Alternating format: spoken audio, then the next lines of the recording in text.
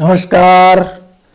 MCom final year Lohia महाविद्यालय चूरू के सभी एवीएसटी के स्टूडेंट्स का स्वागत है। मैं Mahavir Singh, associate professor government Lohia college Churu. प्रिय विद्यार्थियों, दीपावली की बहुत बहुत शुभकामनाएं। इसके बाद आज हम एक महत्वपूर्ण टॉपिक पर विचार करने जा रहे हैं। ये बहुत ही महत्वपूर्ण एक चैप्टर आपका जो है वो ऑपरेशन रिसर्च का है, जिस टॉपिक का नाम है पर्ट एंड सीपीएम। पर्ट का फुल फॉर्म होता है program evaluation and review technique, और सीपीएम का होता है क्रिटिकल पाथ एनालिसिस मेथड या क्रिटिकल एनालिसिस पाथ मेथड इसको बोल सकते हैं। तो ये दोनों टेक्निक्स होती हैं। ये एक्चुअल में इन टेक्निक्स का जो प्रयोग है व्यवहार में कहाँ होता है, ये अपने को देखने की बात है। वास्तव में ये एक बहुत ही जो विकास की एक तीव्र प्रतिस्पर्धा चलती है, और इस विकास की इस प्रतिस्पर्धा या होड़ के अंदर कई बार ऐसी परियोजनाओं के ऊपर एक्सपेंडिचर करने पड़ते हैं, खर्च करने पड़ते हैं, जो परियोजनाएं बहुत बड़ी होती हैं और जिनमें बहुत अधिक पैसा और समय लगता है। तो इन बिग प्रोजेक्ट्स की जब पूरा करना होता है तो उसे हम बाय द वे पूरा नहीं कर सकते। ऐसी परियोजनाएं चूंकि बहुत रिस्की होती हैं, उनमें बहुत पैसा और धन लगता है, समय लगता है, इसलिए उनके लिए प्रॉपर प्लानिंग करनी पड़ती है। और ऐसी परियोजनाएं अपने अंजाम तक सही और सफलतापूर्वक पहुंचे, इसके लिए जो टेक्निक्स यूज की जाती हैं उनको ही हम पर्ट एंड इवैल्यूएशन टेक्निक और सीपीएम टेक्निक्स कहते हैं। ये जो दोनों टेक्निक्स होती हैं उनमें कोई बहुत ज़्यादा फर्क नहीं होता है। एक्चुअल में जो पर्ट जो टेक्निक होती है वो एक प्लानिंग का बहुत बड़ा हिस्सा होती है, लेकिन जो सीपीएम टेक्निक होती है वो रिसोर्सेज के प्रॉपर एलोकेशन से संबंधित होती है। रियल में जब कोई बड़े बड़े हाईवेज बनाने होते हैं, कोई बड़े बड़े डैम्स बनाने होते हैं, जब कोई बड़ी सिंचाई परियोजनाएं बनानी होती हैं, जब कोई बड़े बड़े फ्लाईओवर बनाने होते हैं, जब कोई मिशन चंद्रयान अंतरिक्षयान का कोई मिशन होता है वो भेजने होते हैं, या कोई बहुत बड़ा प्रोडक्ट या कोई नया प्रोडक्ट मार्केट में लॉन्च करना होता है, ये कुछ इस तरीके के एग्जाम्पल्स होते हैं जिनके अंदर बहुत पैसा और धन और समय लगता है, जिसके लिए बहुत प्रॉपर प्लानिंग की आवश्यकता होती है। यह प्लानिंग करने के अंदर परियोजना को सफलतापूर्वक अंजाम पर पहुंचाने के लिए इन टेक्निक्स का यूज किया जाता है। इन टेक्निक्स का यूज किया जाता है। ये मुख्य रूप से दो प्रकार की होती हैं, पर्ट और सीपीएम। पर्ट टेक्निक एक्चुअल में क्या होती है, ये जो एक्टिविटीज होती हैं, कोई भी काम को जैसे मान लीजिए कोई भी कार्य पूरा करते हैं तो उसके अंदर बहुत से जॉब्स होते हैं, छोटे छोटे काम होते हैं, फिर वो प्रत्येक जॉब की बहुत सी छोटी छोटी एक्टिविटीज होती हैं। तो उन एक्टिविटीज के अंदर जो इंटररिलेशनशिप स्थापित करके उसके बाद में लॉजिकली तार्किक दृष्टि से उनके बीच में उनकी जो है वो इंटररिलेशनशिप बना करके उनकी सीक्वेंसिंग करना, उनके क्रम को निर्धारित करना, ये सब जो काम होता है ये इस पर्ट टेक्निक के अंतर्गत आता है। और उसके बाद में उनके समय का निर्धारण करके हर एक्टिविटीज में कितना समय लगेगा और फिर पूंजी और श्रम की उसके अंदर आवंटित करना। यानी कहने का अभिप्राय यह है कि कोई भी परियोजना को शुरू करने से पहले ही उसकी ऐसी प्लानिंग कर लेना जिससे कि परियोजना है वो कुछ समय समय पर बीच में समीक्षा की जा करके और उस परियोजना को सफलतापूर्वक उसके अंजाम तक पहुंचा दिया जाए। ये एक पर्ट टेक्निक का यूज इसके अंतर्गत, ऐसी टेक्निक को हम कहते हैं। यानी जो एक्चुअल में ये जो परस्पर प्रतिस्पर्धी जो क्रियाकलाप होते हैं उनको इस तरीके से संपन्न करना कि जिससे कि निर्धारित समय में काम पूरा हो सके, तो एक प्लानिंग का हिस्सा होगा। यही काम सीपीएम टेक्निक के अंतर्गत होता है। फर्क ये होता है कि सीपीएम टेक्निक के अंदर जो समय के अनुमान लगाए जाते हैं हर एक्टिविटी के, वो बहुत निश्चित समय अनुमान होते हैं, लेकिन पर्ट के अंतर्गत तो जो है वो 3 प्रकार के समय अनुमान लगाए जाते हैं। बाकी मेन जो मुख्य रूप से जो सीपीएम टेक्निक का यूज होता है वो काफ़ी चीज़ें शुरुआत की प्लानिंग की सेम होती हैं, लेकिन बाद में जब कॉस्ट का और संसाधनों की जब रिलेशनशिप और समय की रिलेशनशिप स्थापित की जाती है, कि इस परियोजना के इतने समय में पूरा करने के लिए कितनी कॉस्ट पड़ेगी, इतनी कॉस्ट के लिए कितना समय लगेगा, ये सब चीज़ें जो होती हैं, परियोजना को हमने जो सोचा उस परियोजना से उससे कम टाइम में हम पूरा करना चाहते हैं तो एक्स्ट्रा कितनी कॉस्ट करनी पड़ेगी, वगैरह वगैरह। तो ये जो संबंध रिलेशनशिप होता है वो CPM टेक्निक के अंतर्गत होता है। तो ये थोड़ा सा इसके अंदर फर्क होता है। तो ये पर्ट की बात जब अपने और CPM के बारे में मैंने आपको बता दिया कि थोड़ा बहुत इसके अंतर्गत है। ये जो दोनों ही टेक्निक्स होती हैं, पर्ट और CPM, ये दोनों ही टेक्निक्स को पूरा करने के लिए जो है वो टेक्निक्स को यूज करने के लिए कुछ स्टेप्स होती हैं जिनका पालन करना पड़ता है। यानी पर्ट और CPM दोनों ही टेक्निक्स को जब हम किसी परियोजना को पूरा करने के लिए यूज करते हैं तो कुछ स्टेप्स होती हैं, कुछ अवस्थाएं होती हैं, कुछ प्रोसेस की पार्ट होती है, यानी एक तरह से मेथोडोलॉजी जिसको हम कह सकते हैं वो होती है। तो वो मेथोडोलॉजी के अंतर्गत सबसे पहला काम एक तरह से प्लानिंग का होता है और प्लानिंग के अंतर्गत मुख्य काम तंत्र चित्र को बनाने का होता है, जिसको हम नेटवर्क डायग्राम बनाना कहते हैं। ये पहला काम होता है नेटवर्क डायग्राम बनाना। ये नेटवर्क डायग्राम जो होता है वो एक्चुअल में एक प्लानिंग का हिस्सा होता है, इसको हम प्लानिंग भी कह सकते हैं। ये नेटवर्क डायग्राम एक दिमाग में खाका तैयार करना होता है एक तरह से, जिसको अपन ये कह सकते हैं कि ये एक कोई मान लीजिए बड़ी जॉब है, एक बड़े परियोजना है, उसको छोटे छोटे भागों में हम बांटते हैं। फिर उस हर भाग के अंदर उसको उस भाग को पूरा करने के लिए एक लॉट जिसको जॉब कहते हैं, उस जॉब को पूरा करने के लिए, उसको उपकार्य को पूरा करने के लिए, यानी एक कार्य उसके अंदर उपकार्य है और उस उपकार्य के करने के लिए क्रियाएं हैं, छोटी छोटी क्रियाएं होती हैं, उन क्रियाओं को हम पूरा करते हैं। तो वो एक तरह से उनको जॉब्स में बांटना, फिर उनको एक्टिविटीज में बांटना, ये जो काम है उसको अपन हम कह सकते हैं कि वो नेटवर्क डायग्राम का एक हिस्सा होती है। तो किसी भी नेटवर्क डायग्राम या तंत्र चित्र को जो बनाने की जो कार्रवाई होती है, तो उसकी कार्रवाई के जो पार्ट होते हैं उसमें पहला जो पार्ट होता है वो होता है एक्टिविटीज का पता लगाना कि उस काम को पूरा करने के लिए कौन कौन सी एक्टिविटीज होंगी। दूसरा काम इसके अंतर्गत ये होता है, ये एक्टिविटीज को हम तीर से, एरो से व्यक्त करते हैं। जब उसको चित्र बनाते हैं एक्टिविटीज का तो उसमें एरो यूज करते हैं और वो एरो यानी चित्र जो है वो उसके अंतर्गत जो है तीर युक्त रेखाओं का यूज करते हैं। उसके बाद भी दूसरे होते हैं घटनाएं, जिनको हम इवेंट्स कहते हैं।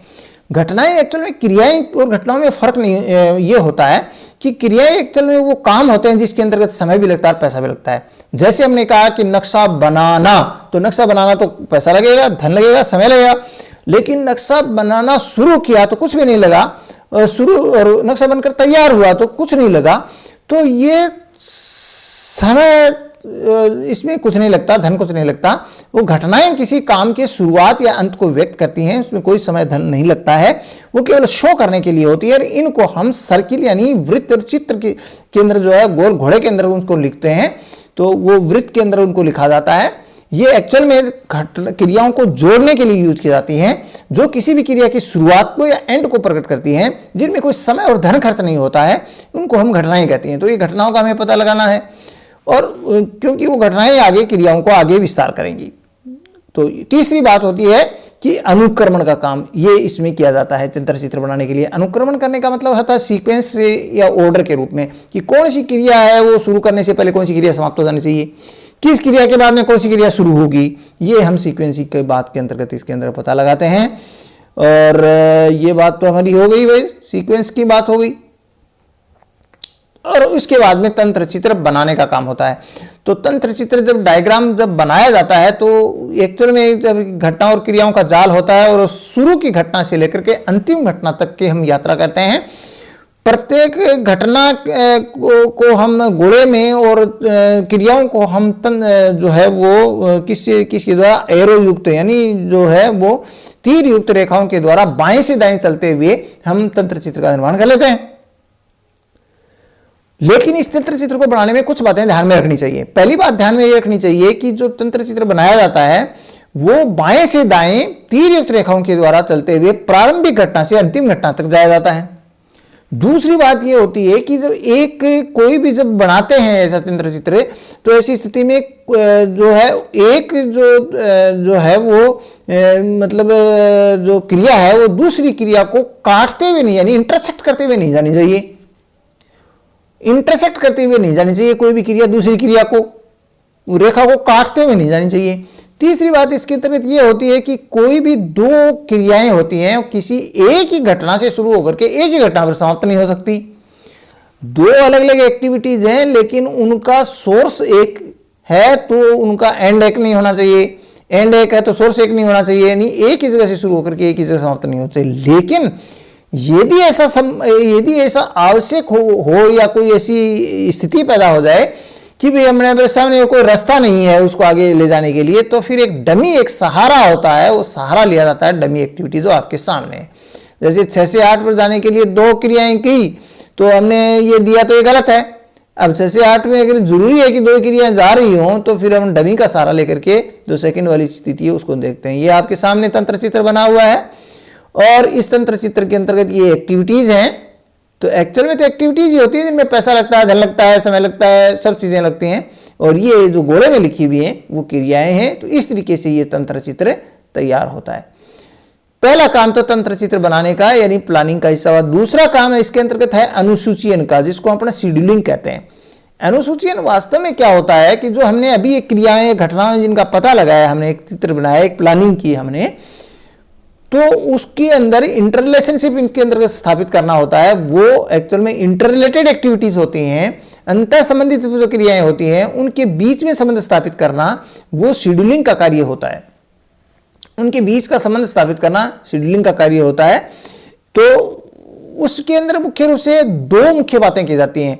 एक तो ये होता है कि जो समय जो होता है प्रत्येक एक्टिविटी का, जो हमने तंत्र चित्र बनाया है उसमें जो एक्टिविटीज पता लगाए हैं, उस एक्टिविटीज के अंदर प्रत्येक एक्टिविटी में लगने वाले समय का पता लगा देना, ये हम एक समय सारणी बनाते हैं। ये समय सारणी बनाते हैं कि इस एक्टिविटी में इतना समय लगेगा, इस एक्टिविटी में इतना समय लगेगा, इसी को हम शेड्यूलिंग का काम कहते हैं। तो समय का अनुमान लगाना नंबर 1। दूसरा, प्रत्येक एक्टिविटी में लगने वाले श्रम और साधनों, पूंजी आदि का पता लगाना, यह काम शेड्यूलिंग के अंदर मुख्य रूप से होता है।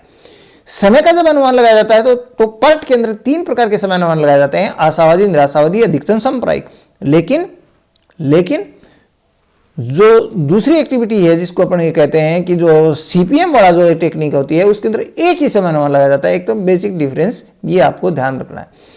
ये सब जब समय अनुमान लगा जाते हैं तो हम ये पता लगा देते हैं कि कौन सी क्रिया का कौन सा समय लगेगा। तो जो ही समय का अनुमान हम लगा लेते हैं तो हमें ये भी पता लग जाता है कि कौन सी क्रियाएं क्रांति क्रियाएं हैं, कौन सी क्रियाएं क्रांति क्रियाएं हैं। ये हमें कैसे पता लगेगा कि जब हम समय का अनुमान लगाया जाएगा और उस समय को जब हम डायग्राम में फिट करेंगे, जो हमने तंत्र चित्र 1 नंबर में बनाया, तो उसके अंदर हमें पता लग जाएगा जो सबसे लंबा मार्ग होता है वो क्रांतिक मार्ग होता है, और उस क्रांति मार्ग की सभी क्रियाएं क्रांति क्रियाएं होती हैं। क्रांति क्रियाएं का मतलब ये होता है कि वो क्रियाएं होती हैं जिनके ऊपर आपको विशेष ध्यान देने की आवश्यकता है, क्योंकि उन क्रियाओं में लगने वाला समय जो होता है वो उसमें कोई चेंज नहीं हो सकता। यदि उस समय के अंदर से ज्यादा 1 दिन भी लग गया तो पूरी परियोजना आगे विलंबित हो जाएगी, लेट हो जाएगी, देर से हो जाएगी, जो कि हमारा मकसद पूरा नहीं करेगी। इसलिए इन क्रियाओं की पहचान करना जिससे कि परियोजना समय के ऊपर पूरी हो सके। तो ये शेड्यूलिंग का काम, ये इतना काम इस शेड्यूलिंग के अंतर्गत होता है, जो समय का अनुमान लगाना, फिर क्रांति क्रियाओं की पहचान करना, क्रांतिक पथ का निर्धारण करना, और उसके बाद में विभिन्न क्रियाओं को समय और श्रम, साधन, श्रम और पूंजी का वितरण करना, ये काम इसके बाद में श्रवण और नियंत्रण होती है। ये इसको हम मॉनिटरिंग, कोऑर्डिनेशन, मॉनिटरिंग, कंट्रोलिंग, ये सब नाम इसके अंतर्गत देते हैं।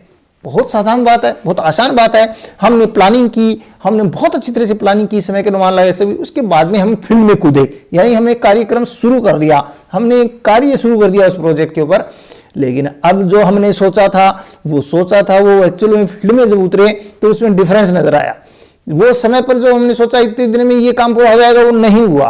तो भाई अगर हमने ये मॉनिटरिंग हम नहीं करेंगे तो तब तो परियोजना कभी पूरी होगी नहीं।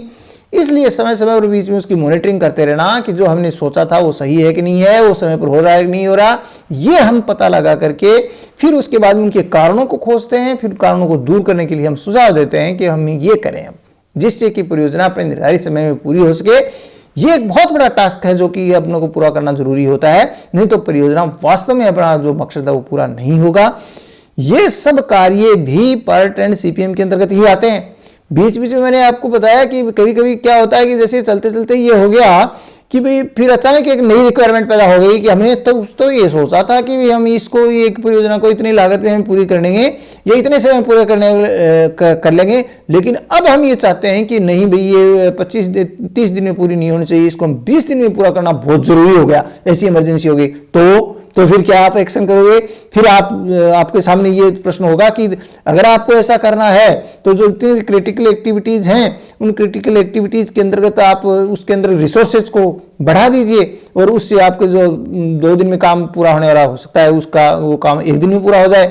तो इस तरीके की प्लानिंग भी अगर किसी रिक्वायरमेंट के अनुसार आनी जरूरी हो जाती है तो वो भी इसका हिस्सा होती है।